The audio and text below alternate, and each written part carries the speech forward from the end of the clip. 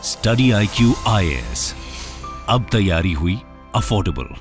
नमस्कार दोस्तों ये वीडियो बहुत इंपॉर्टेंट होने वाला है। इसमें आपको बहुत जानकारी मिलेगी। बेसिकली क्या है, आईएमएफ ने डायरेक्टली भारत के ऊपर आरोप लगाया है कि हमने करेंसी को मैनिपुलेट करने की कोशिश की है। जैसे कि मान लो, आपको पता है इस समय $1 की अगर हम बात करें तो it is almost around 83 rupees के आसपास, राइट। मैं आपको बताऊंगा एग्जैक्ट आंकड़ा। लेकिन क्या है कि यहां पर आईएमएफ ने यह बोला है भारत को कि भारत की जो सेंट्रल बैंक है आरबीआई, उसने जानबूझकर रूपी को जो है एक तरह से कंट्रोल में रखा है ताकि रूपी डेप्रिशिएट ना हो, और ये आईएमएफ को बिल्कुल पसंद नहीं आता। लेकिन साथ ही साथ मैं आपको यह भी बता दूं कि आरबीआई ने भी इसको रिजेक्ट कर दिया। ये आप देख सकते हो, India criticises IMF for suggesting RBI influenced value of रूपी वाया एक्सेसिव इंटरवेंशन इन फॉरेक्स मार्केट। तो इसको पूरे डिटेल में जो पूरा टॉपिक है, एग्जैक्टली क्या हो रहा है, आईएमएफ ने ऐसा क्यों बोला है और आरबीआई की तरफ से क्या बयान आया, अगर आप देखोगे तो आरबीआई की तरफ से और हमारे जो गवर्नर हैं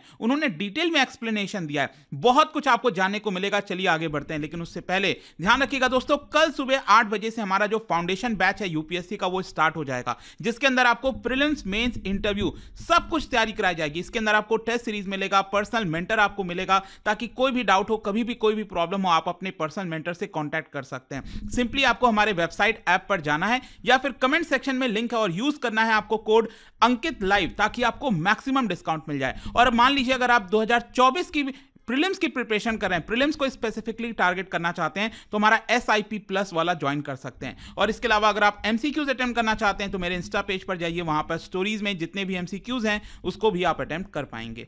चलिए शुरुआत करते हैं और सबसे पहले ये देखते हैं कि एग्जैक्टली हो क्या रहा है, हम इसकी चर्चा क्यों कर रहे हैं। देखो, जो इंटरनेशनल मॉनेटरी फंड है उसको ऐसा लगता है कि आरबीआई ने रूपी को स्टेबल रखने के लिए काफी ज्यादा इंटरवेंशन कर दिया है। मतलब कि जितना इंटरवेंशन करना चाहिए था उससे ज्यादा इंटरवेंशन कर दिया है। कहने का मतलब यह है कि अगर आप ये चार्ट देखोगे तो बेसिकली पिछले एक साल में अगर आप देखिए तो जो रूपी है वो लगभग आसपास रहा है। कहने का मतलब है कि अगर आप देख सकते हो कि दिसंबर 2022 में लगभग एक साल पहले रूपी की वैल्यू कितनी थी, $1 इक्वल्स टू ऑलमोस्ट 82-83 रुपीस के आसपास था। और आज के डेट में भी अगर आप देखोगे तो इट इज अराउंड 83.25, मतलब बहुत थोड़ा सा डेप्रिशिएट हुआ है, राइट।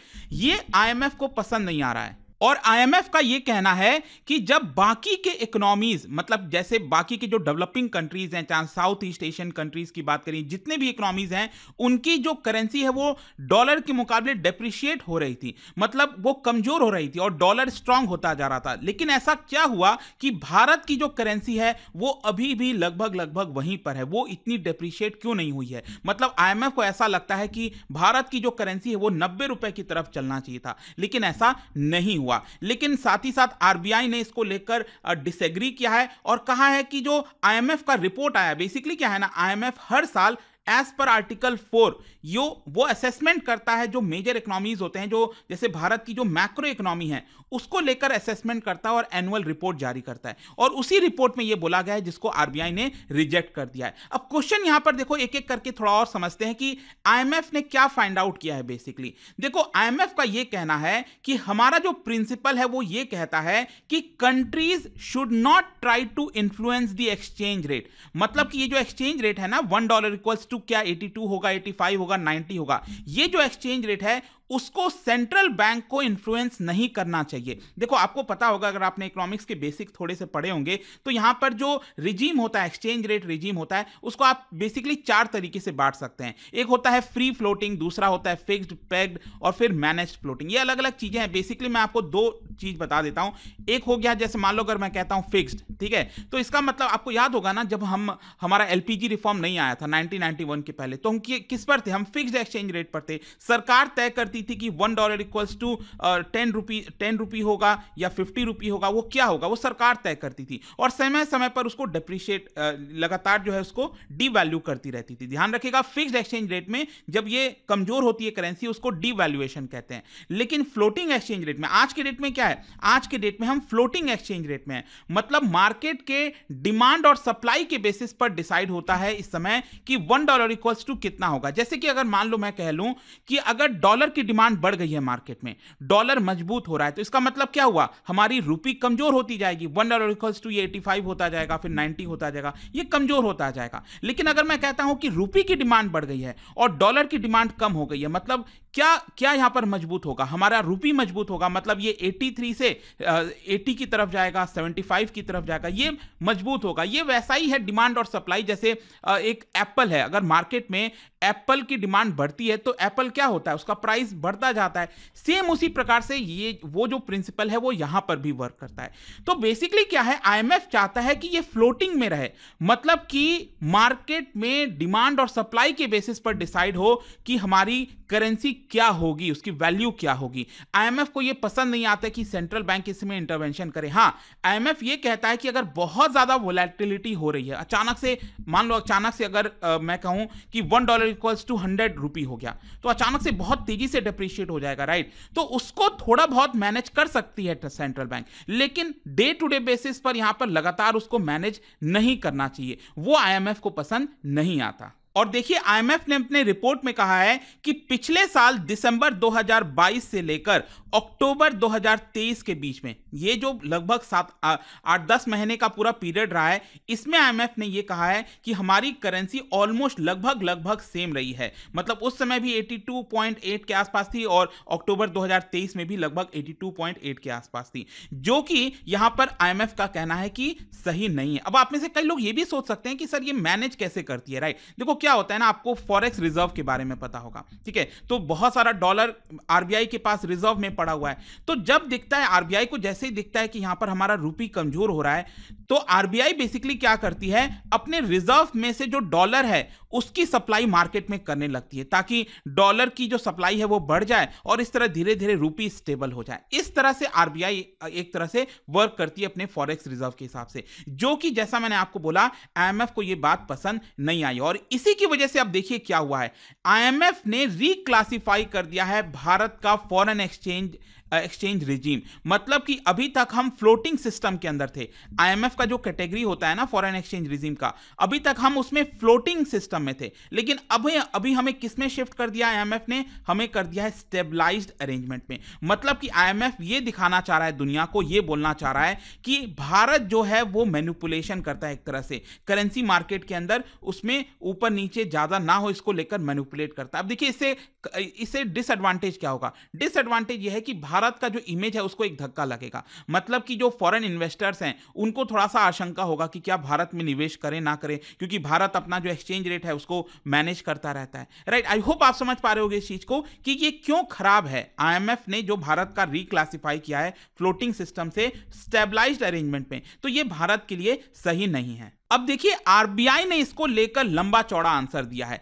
आरबीआई को ऐसा लगता है कि आईएमएफ की जो रिपोर्ट है वो बिल्कुल भी सही नहीं है। आरबीआई का यह कहना है कि हम थोड़ा बहुत जो मैनेज करते हैं वो आईएमएफ का जो गाइडलाइन है उसी के हिसाब से करते हैं। इनफैक्ट आरबीआई ने देखिए एक बहुत बड़ा तर्क दिया है। आरबीआई का यह कहना है कि आईएमएफ ने सेलेक्टिवली जो 8 महीने का पीरियड है ना उसी को पिक किया है। जैसे मैंने आपको बताया ना, आईएमएफ ने कब से कब तक का पिक किया है ये पीरियड, दिसंबर 2022 से लेकर अक्टूबर 2023 के बीच में। तो जो 7-8-9 महीने का जो पीरियड होता है उसी को पिक किया है।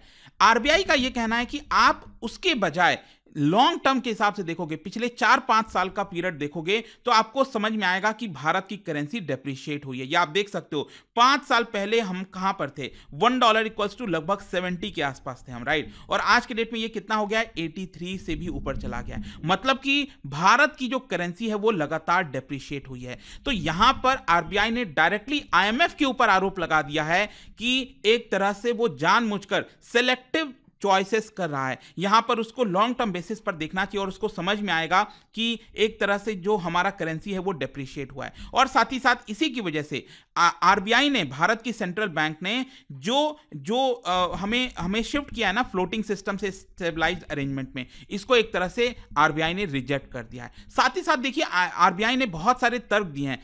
आरबीआई का कहना है कि देखिए, भारत की जो इकोनॉमी है वो पिछले कुछ महीनों में काफी स्ट्रांग रही है। इसी का कारण है जिसकी वजह से हमारा जो करेंसी है वो स्टेबल रहा है बाकी के कंट्रीज के मुकाबले। इनफैक्ट यहां पर आरबीआई ने तो यह भी कहा है कि हम जो भी कुछ इंटरवेंशन करते हैं, मतलब कि आरबीआई जो भी डॉलर रिलीज करता है, डॉलर को कभी खरीदता है, तो वो जो भी कुछ करता है ना, वो बहुत ट्रांसपेरेंसी से करता है। और जो आईएमएफ के द्वारा जो रूल्स आउटलाइन किए गए हैं, जिसको एसडीडीएस कहते हैं, स्पेशल डेटा डिसेमिनेशन स्टैंडर्ड, जिसमें सब कुछ ट्रांसपेरेंट रखा जाता है। आरबीआई कुछ भी करता है तो वो डेटा उसमें फीड कर देता है। तो आरबीआई का कहना है कि हम तो सब कुछ ट्रांसपेरेंट तरीके से कर रहे हैं, तो आप कैसे हमें मैनिपुलेशन का आरोप हमारे ऊपर लगा सकते हो। साथ ही साथ आरबीआई ने आर्ग्यू किया है कि 2023 में अगर आप देखोगे तो भारत का मैक्रो इकोनॉमिक जो फंडामेंटल है वो इंप्रूव हुआ है। जो हमारा एक्सटर्नल पोजीशन है, जैसे कि अगर हम बात करें करंट अकाउंट डेफिसिट की, आपको करंट अकाउंट डेफिसिट पता है कि एक्सपोर्ट और इंपोर्ट का जो नेगेटिव बैलेंस आता है, आपको पता ही होगा भारत जो है कम एक्सपोर्ट करता है और ज्यादा इंपोर्ट कराता है गुड्स का,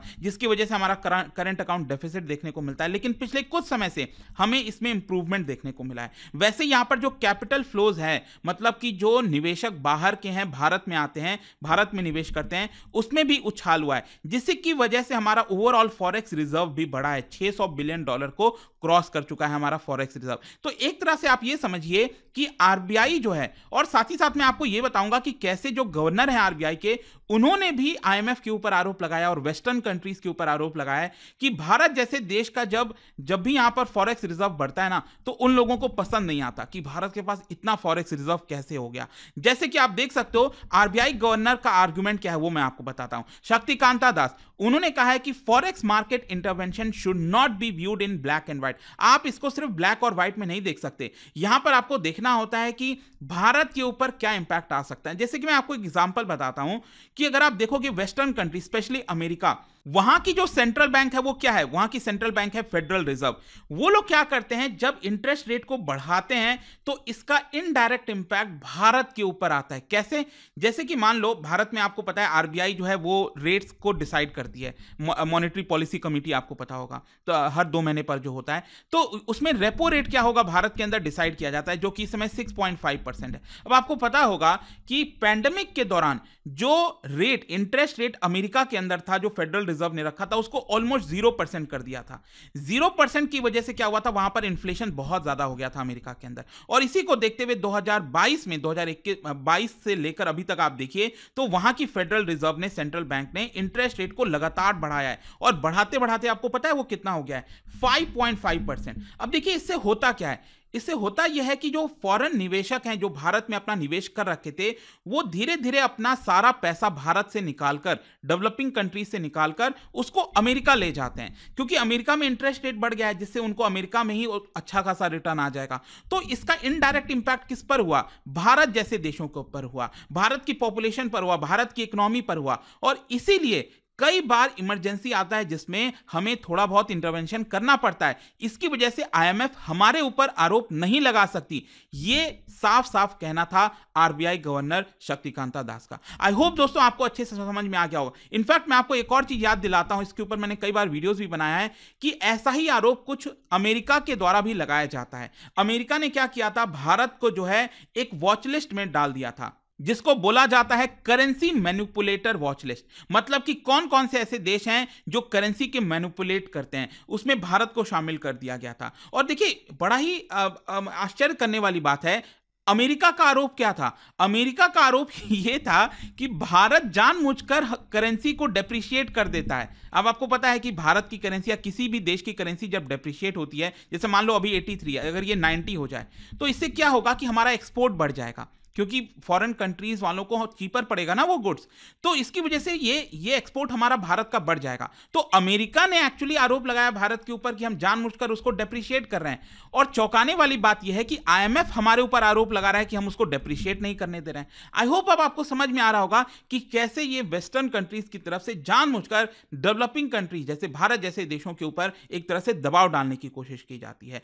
खैर जो भी है, 2022 में अमेरिका ने हमें इस वॉच लिस्ट से बाहर भी कर दिया था, मैनिपुलेटर जो वॉच लिस्ट है। आई होप दोस्तों इस वीडियो के माध्यम से आपको बहुत कुछ जानने को मिला होगा, और जो चीजें हैं इकोनॉमिक्स के अंदर कैसे वर्क करती हैं, क्या है करेंसी मैनिपुलेशन, ये सारी चीजें आपको समझ में आ गई होंगी। और जाने से पहले एक इंटरेस्टिंग क्वेश्चन, क्या आप बता सकते हो दुनिया में कहां पर यह जगह है जिसको गुआनो कहा जाता है? ठीक है, गुआनो बेसिकली वो जगह है जहां पर आपको नेचुरल फर्टिलाइजर मिलता है। जैसे भारत के अंदर सिंथेटिक फर्टिलाइजर का बड़ा इस्तेमाल किया जाता है जिसमें नाइट्रेट्स वगैरह होते हैं, लेकिन ये जो जगह जिसकी मैं बात कर रहा हूं गुआनो, वहां पर नेचुरल फर्टिलाइजर मिलता है जिसमें नाइट्रेट का कंसंट्रेशन अच्छा खासा होता है। तो वो कहां पर आपको मिलेगा? इन चारों में से। इसका राइट आंसर आप सबको पता है, मेरे इंस्टाग्राम पर तो मिलेगा ही। वहां पर अगर आप नहीं हो कोई बात नहीं, टेलीग्राम से ले सकते हैं इसका सही उत्तर। मैं कई सारे जो एमसीक्यूज हैं वो यहां पर स्टोरीज में डालता रहता हूं। बाकी अगर आपको पीडीएफ चाहिए तो टेलीग्राम पर आइए, अलग अलग सोशल मीडिया पर आप जुड़ पाओगे। और जैसा मैंने आपको बताया, यूपीएससी की अगर आप तैयारी कर रहे हो, just use this code Ankit live to get maximum discount. कल से हमारा फाउंडेशन बैच स्टार्ट हो रहा है। Don't miss this guys